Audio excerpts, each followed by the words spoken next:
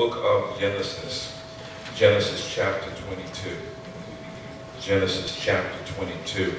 Genesis is the first book in the Bible. It's the book of beginnings. It's the book of beginnings. In the first 11 chapters, it talks about creation, and it talks about man's fall into sin. It talks about the flood, how God was so angry that he had made man, because man was so wicked, that he called for a flood to destroy the earth. But then in chapter 12, from chapter 12 to the rest of the book, is a drama. It's a story about a family that God calls a man by the name of Abraham, and calls him and makes him this fantastic promise that he is going to bless him. He's going to knock his socks off and make him more than what he was at that moment. And so the rest of the book is a great drama. It's a story of how God chooses a family for himself so that he may bless the other nations. Genesis chapter 22, beginning at verse 1. If you would stand for the reading of the Word of God. Genesis chapter 22. Sometime later, God tested Abraham. He said to him, "Abraham." "Here I am," he replied. Then God said, "Take your son, your only son Isaac, whom you love, and go to the region of Moriah. Sacrifice him there as a burnt offering on one of the mountains I will tell you about." Early the next morning, Abraham got up and saddled his donkey. He took with him 2 of his servants and his son Isaac. When he had cut enough wood for the burnt offering, he set out for the place God had told him about. On the 3rd day, Abraham looked up and saw the place in the distance. He said to his servant, "Stay here with the donkey while I and the boy go over there. We will worship, and then we will come back to you." Abraham took the wood for the burnt offering and placed it on his son Isaac, and himself carried the fire and the knife. As the 2 of them went on together, Isaac spoke up and said to his father Abraham, "Father." "Yes, my son," Abraham replied. "The fire and the wood are here," Isaac said, "but where is the lamb for the burnt offering?" Abraham answered, "God himself will provide the lamb for the burnt offering, my son." And the 2 of them went on together. When they reached the place God had told them about, Abraham built an altar there and arranged the wood on it. He bound his son Isaac, laid him on the altar on top of the wood. Then he reached out his hand and took the knife to slay his son. But the angel of the Lord called out to him from heaven, "Abraham, Abraham." "Here I am," he replied. "Do not lay a hand on the boy," he said. "Do not do anything to him. Now I know that you fear God, because you have not withheld from me your son, your only son." Abraham looked up, and there in a thicket he saw a ram caught by its horns. He went over and took the ram and sacrificed it as a burnt offering instead of his son. So Abraham called that place, "The Lord will provide." And to this day it is said, "On the mountain of the Lord it will be provided."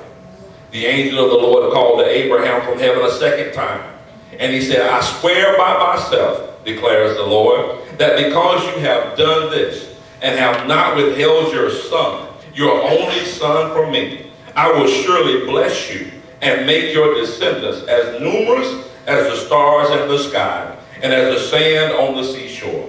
Your descendants will take possession of the cities of their enemies, and through your offspring all nations on earth will be blessed, because you have obeyed me."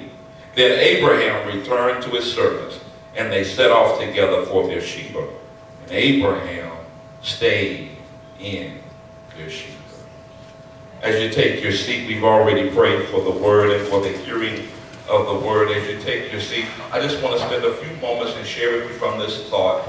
The day I'll never forget. All right. The day I'll never forget. In my brief existence, I've experienced some days that I will never forget. There are a number of days that I remember like it was yesterday. I remember the evening that I graduated from high school. I remember the morning 3 months later, after high school, I remember the morning 3 months later when my mother and my siblings brought me to here to Georgia Southern, and then they drove away in a yellow-green Ford Comet. Left me all alone in Cone Hall. I remember the day I married the love of my life to a college sweetheart. This summer we will celebrate 31 years married. I remember the days my sons were born, each day with its own particulars. My youngest son turned 20 on Tuesday a week ago. I remember the evening of the day this church selected me to serve as pastor. But I've also had some difficult days. I've had some days that I wish I could not remember. I've had some days I wish I could take back. There's just some days you don't forget, no matter how old you get, no matter how long it's been. There's just some days you just don't forget. I'm indebted to a colleague by the name of James Matt, who's a Church of God minister, for helping me to see this text in a way that I've never seen it before. I've preached this text before, I've made reference to it before, but he's helped me to see this text in a way that I've never seen it before. But those of you who are familiar with the story that I've just read, some of you may be new, you may have heard it for the very first time. But this is a narrative, a story from the perspective of Abraham, or Abraham is the main character in this story. Abraham is a man who at 75 years of age, and he has no son, and God makes him this promise that I'm going to bless you and make your name great. For the next 25 years, he is walking by faith, trusting God to bless him in his golden years with the son of promise. And God blesses him even after trial and error, and sometimes taking matters in his own hands. After a while, God blesses him, he and his wife, him 100 years old, and she right behind him. She brings forth a son into this world by the name of Isaac. Now God asked Abraham, you know that son that you have, the son I gave you, the son that you love? He said, I want you to bring him to me and I want you to sacrifice him. Now you got to understand something about this text. When you read the text, you got to be wondering, I hear what you're thinking. Why would God ask him to sacrifice his son? Why would God ask him to kill his son? What kind of God is that? Well, in order for you to understand the text, you would have to be in Abraham's day, because child sacrifice was common around people. All of his neighbors were sacrificing their kids. So anybody who was reading this text in the day, you know what? They wouldn't have a problem with the issue because child sacrifice, that was common in their day. But why would God ask Abraham to give up his only son, the son that he gave him, the son that he promised that he was going to make him like the sand on the seashore and the stars in the sky, and now God wants him to give his son up? Well, there's somebody else in this narrative too, and that's Isaac. As a parent, you probably may be going through some things about this text and wondering why God would do this. Or probably you would wonder, how would you respond if God asked you to give up your son or your daughter? But now, let's look at it from Isaac's perspective.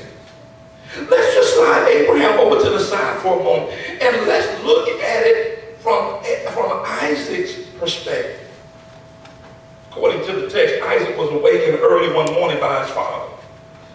They're on a trip to a place called Moriah, and they're getting ready to offer a burnt sacrifice. One thing about Isaac was that Isaac didn't mind making these trips. In fact, he enjoyed spending time with his father, but he was wondering, why so far? Moriah was a 3-day journey. It was about 45 miles. So let me give you something to reference by. It's kind of like us going from here to Statesboro and just going a little bit beyond Statesboro. Walking, not driving. Walking, that's a 3 days journey. But you know what? Isaac didn't mind, because you know what? He said, oh well, he said, anything to get out of the house around mom and her sonny boy list of chores to do. When Isaac got himself together and got his things together to prepare for the trip, he could see that his father had put the saddle on the donkey. His father's two most trusted servants were chosen to go on the trip. He waited patiently as he watched his father cut enough wood for the burnt offering. After enough wood had been gathered, the quartet was off. The journey to Moriah was long. Remember, we're not driving, they're walking and they're camping. They're walking and they're camping. And Isaac is thinking, when are we going to get there? Finally, they arrive at the area of Moriah. And then Isaac began to notice that this day of offering, this day of worship, this excursion, this trip was a lot different than all the other days of worship that he remembered in the past.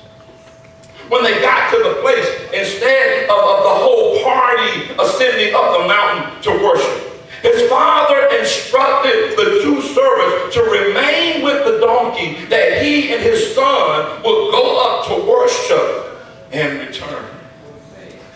This surprised Isaac. Why? Because whenever he and his father would go up to worship, everybody participated. The servants were participating as well, because Isaac knew his father was a man in good standing in the community, and he knew that his father was known for directing his children and his household after him to keep the way of the Lord by doing what is right and just. Not only was his family charged with the word of God, but his servants were also charged. But yet he tells them, y'all stay right here. Me and the boy, we're going up to worship, and we're coming back. Before going up the mountain, Abraham took the wood for the burnt offering and he placed it on Isaac's shoulder. Again, this is something different, because the servants were always the ones who carried the wood. But Isaac wanted to prove his man to he took that wood and put it on his shoulder. He wanted to show his daddy that he was a young man, he could handle it. He shouldered the weight as his father carried the fire and the knife.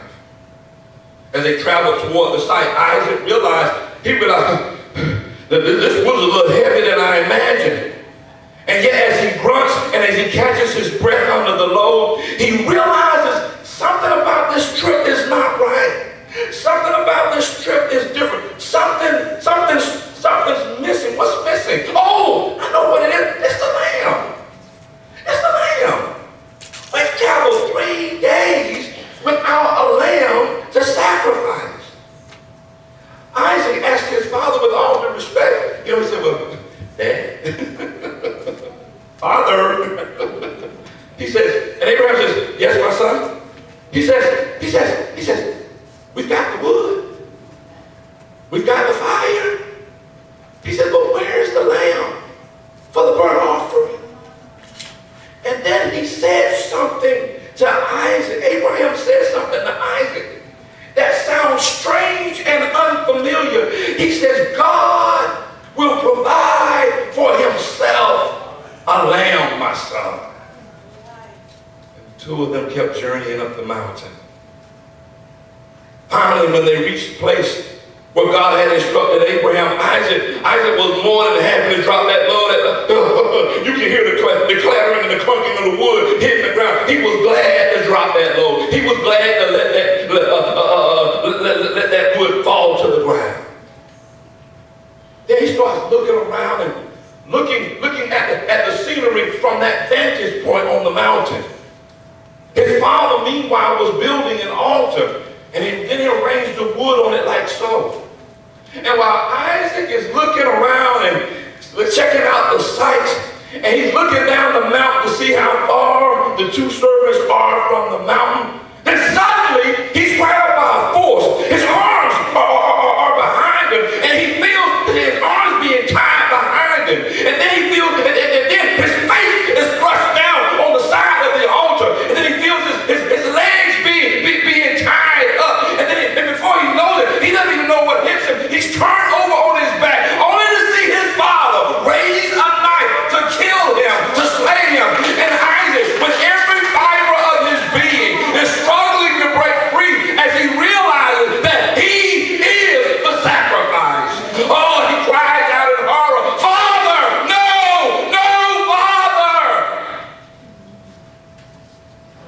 and he hears somebody calls his father's name. Abraham, Abraham. Abraham says, here am I. Isaac hears the voice continue to say, do not lay any harm to this boy. Don't you hurt a hair on his head. Now I know that you fear God, because you have not withheld from me your son, your only son. Isaac, still bound and lying on the altar, saw his father look away, and Isaac followed his line of sight, and they both saw a ram caught in a thicket by his horns. And then Abraham quickly, he releases his son and takes him off the altar. He goes over to the ram that's caught in the thicket, and he takes the ram and he sacrifices it as a burnt offering instead of his son.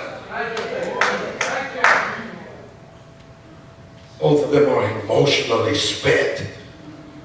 They were wondering about what had just happened. And then Isaac heard his father name the place. He's familiar with his father naming places where things, significant things had happened to him. And he heard his father call the name of the place, the Lord will provide. Because this day, it is said, on the mountain of the Lord, it will be provided.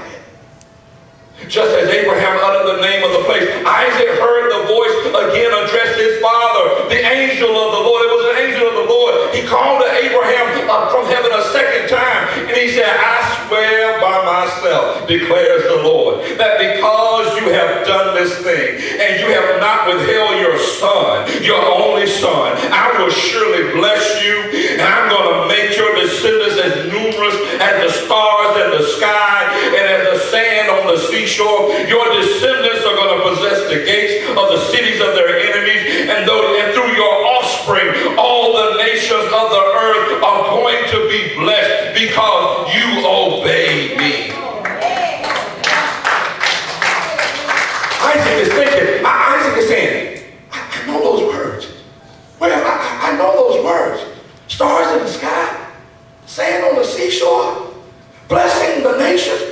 Where have I heard those words before? And then he remembers, I've heard my daddy tell me those words. How many times have I heard my daddy tell me about the day that he would never forget? It was a day that God told him to leave his family, to leave his mama and his daddy, to leave his kindred. And I'm going to make a nation of you. I'm going to bless you. I'm going to make your name great. Anybody messes with you, I'm going to mess with them. And all the families of the earth are going to be blessed. That's where he heard those words. These were not foreign words. His daddy had said them over and over again. He could quote Abraham's words from rote memory.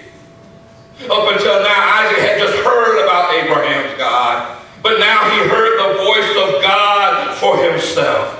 He had now just experienced the salvation of the Lord for himself. Isaac is now converted to the faith because of Abraham's consistent faith. Oh, I think I need to say that again. Isaac is now converted to the faith because of Abraham's consistent faith. You see, because of this story, the Israelites, they honor Abraham, that they respect him highly because they esteem him as the father of their faith. They perceive him as the father of their nation, and rightly so. But when you look at the story through the lens of the Israelis, if you look at the story through the generation of the subsequent Israelites, their story has a more penetrating and sobering gaze. Because see, we look at this story and we talk about the faith of Abraham, but when the Israelites see this story, they see Isaac in this story. And when they see Isaac, when they look at Isaac, they see themselves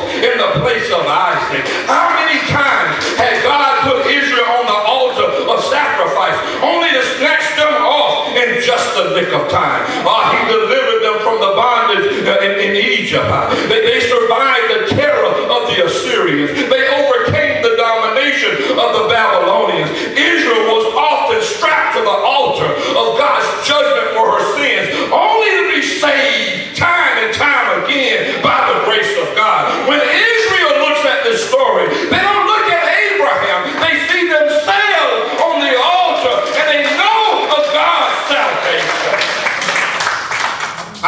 Isaac walking down that hill. I can see him coming down that mountain. He and his arm, Abraham arm in arm. They were just thinking about what could have happened. And they were rejoicing in what did happen. Oh, if you would just look between the lines of the story, you will not only see a father who knew that God could provide, but you also see a son who knows that God can provide. He no longer has to rely on what God did for his father. He knows firsthand what God has done for himself. I can hear him say, Daddy, I know you were right, Daddy. God will provide for himself a ram. God will provide for himself. You got to understand something here. That it is the day at Moriah that Isaac never forgot, that forged his faith in God. His mother Sarah had died later on, and Abraham sends for Isaac to get a wife. And Rebecca is the bride found for him. Oh, when they get married, the couple encounters conception issues. She's barren. But you know how Isaac responded to that? Isaac wasn't worried. You know what Isaac did? Isaac prayed to the Lord on behalf of his wife because she was barren. Why did he resort to prayer? Because he knew the story of his own birth, how his mother was barren in her golden years, but yet she was able to conceive with him. He's the child of promise. He also remembered the promise that God made to him as the sand on the seashore and the stars in the sky. Oh, I gotta tell you, it was at that day at Moriah that Isaac never forgot, that forged his faith in God, because he learned from his father's mistake. There was a play point in Abraham's journey where when Abraham first got the call from God to leave his mom and daddy, he told him, I want you to stop in Canaan. But when he got to Canaan, there was a famine there. And there was a meaning that there was no food and the crops wasn't going to yield anything. And instead of Abraham staying there, Abraham left and went on down to Egypt. Now here comes the same song. Here comes the same hymn. Here comes the second verse. Isaac now lives in Gerar. Isaac now lives in the same place where his daddy was. It's the same circumstance. There's a famine in the land. And God tells Isaac, I need you to park it right here. I know there's a famine, but I want to show you something. I need you to park it right here, and I need you to sow your seed right here in the midst of a famine. Do you know what a famine is? A famine is when the ground turns to dust, and the ground is not fertile. The soil is not moist. The soil is dusty and arid and dry, and there's no way that crop can grow. But even in a dry and arid land, Isaac sows his seed, and he gets 100-fold harvest because of his faithfulness and because of his faith in God. Oh, I gotta tell you, it is the day at Moriah that Isaac never forgot, that forged his faith in God. When his eyes became dim in his golden years, that he couldn't recognize the difference between his sons, but he knew his days were ending, and instead of hoarding the promise, he reaches out his son and he passes the blessing on to the next generation. Oh, I gotta tell you something. I've had some days that I'll never forget. But you know how many days I've lived on this earth? You can mind that I did the math, and I have been on this earth as of today 19,460 days. But that's a lot of days, and I can remember a lot of things happening to me. But there's one day that is seared into my memory. It happened 35 years ago in August.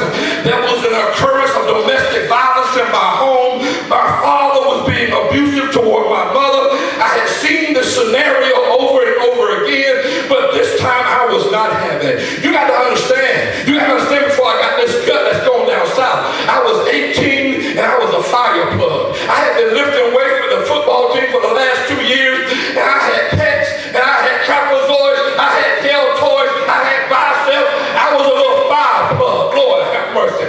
And my father became physical with my mother, and I got physical with him. I mean, I laid everything I had into him. Now you got to understand something. Don't get it twisted, young people. I'm not bragging about what I did, and I'm not proud about it. I'm not endorsing you to do this, but let me tell you something.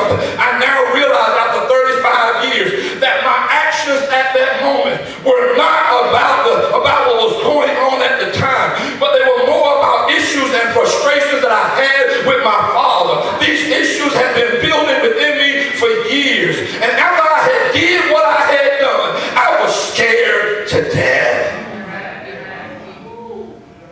I had just fought my father. That was uncharacteristic of me. That was not me. I knew better than that. And even as I tell you this story again, I never thought about this for 35 years. I never realized that in a fit of rage, my daddy could have beat my brains out.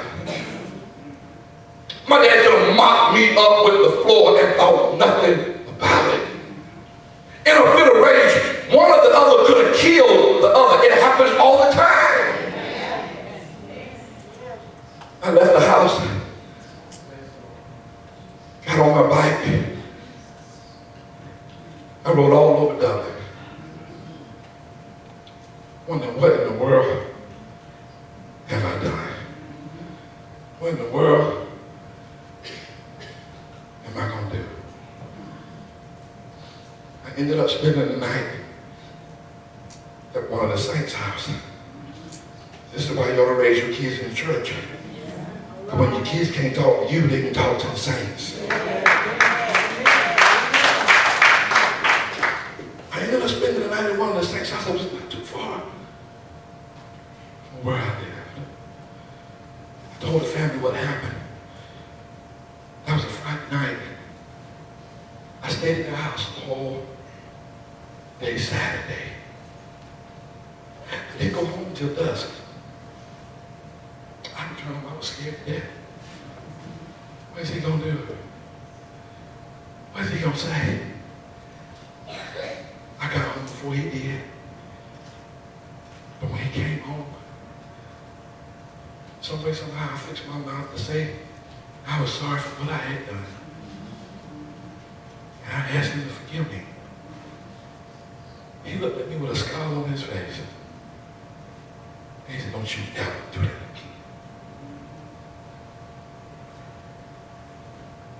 The next morning I attended Sunday school. My mama was saved. Thank God for her faith. Thank God for my mom's faith. Keeping us in church. Taking us to church and keeping us around the same. I was in the Sunday school class, and I didn't feel right in Sunday school. I felt uncomfortable in the class. I felt like something was going to happen, but I couldn't put my finger on it. And it was time for the morning service, and I still had this feeling. And I remember my pastor, Joseph Foster, preaching a message. Don't overlook the cross. From Matthew 16. At the end of the sermon, I went to the altar. And I returned to my seat. And when the pastor issued the invitation to receive Christ, all I know is the next thing I know, I'm standing on my feet. And I'm voicing these words. I believe the Lord has saved me.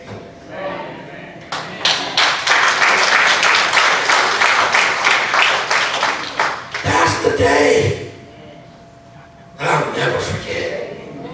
If I can only pick one day out of the 19,460 days, that's the one day out of the first day I will tell you I will never forget.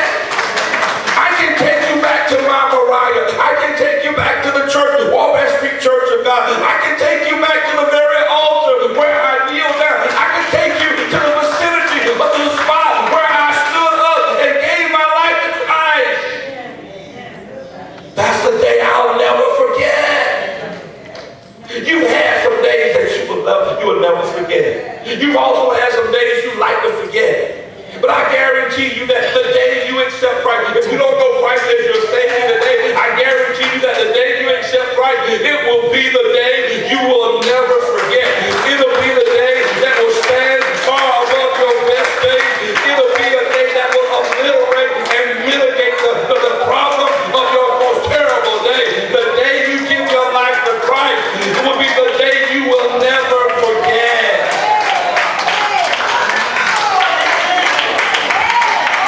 Yeah.